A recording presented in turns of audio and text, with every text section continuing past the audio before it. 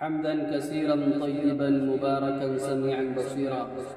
عزیزان گرامی، حضور پاک صلی اللہ علیہ وسلم نے ایک حدیث مبارکہ میں ارشاد فرمایا ہے، ان المیت لا يعذب ببكاء اہلہ علیہ۔ اس حدیث میں صاف واضح طور پر فرمایا میت پر رونے کی وجہ سے عذاب ہوتا ہے۔ سوال پیدا ہوتا ہے کہ رو کوئی اور رہا ہے، عذاب کس پر ہو رہا ہے؟ علماء نے اس کے بارے میں لکھا ہے کہ جب یہ دنیا میں تھے اور ان کو معلوم تھا کہ ہمارے گھر کا رسم و رواج اس طرح ہے کہ کسی کا انتقال ہو جاتا ہے تو اس پر کئی دن تک روتے ہیں اور چلاتے ہیں، ہاں ہی وہ کرتے ہیں، تو ان کو وصیت کر دینا چاہیے کہ دیکھو ہمارے انتقال پر آپ لوگوں کو رونا نہیں ہے۔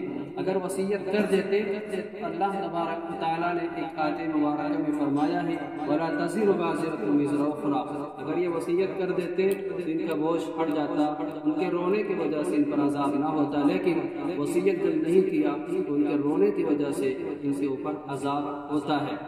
سمجھ لیجئے صاف الفاظ میں کہ میت پر رونا نہیں چاہیے۔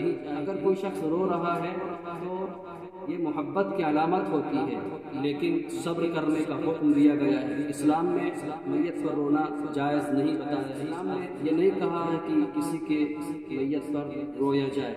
علماء نے بھی صاف طور پر فرمایا اور صحابہ کرام رضوان اللہ علیہم اجمعین نے بھی کسی میت پر نہیں روئے ہیں، اور آقا دو جہاں صلی اللہ علیہ وسلم نے منع فرمایا ہے۔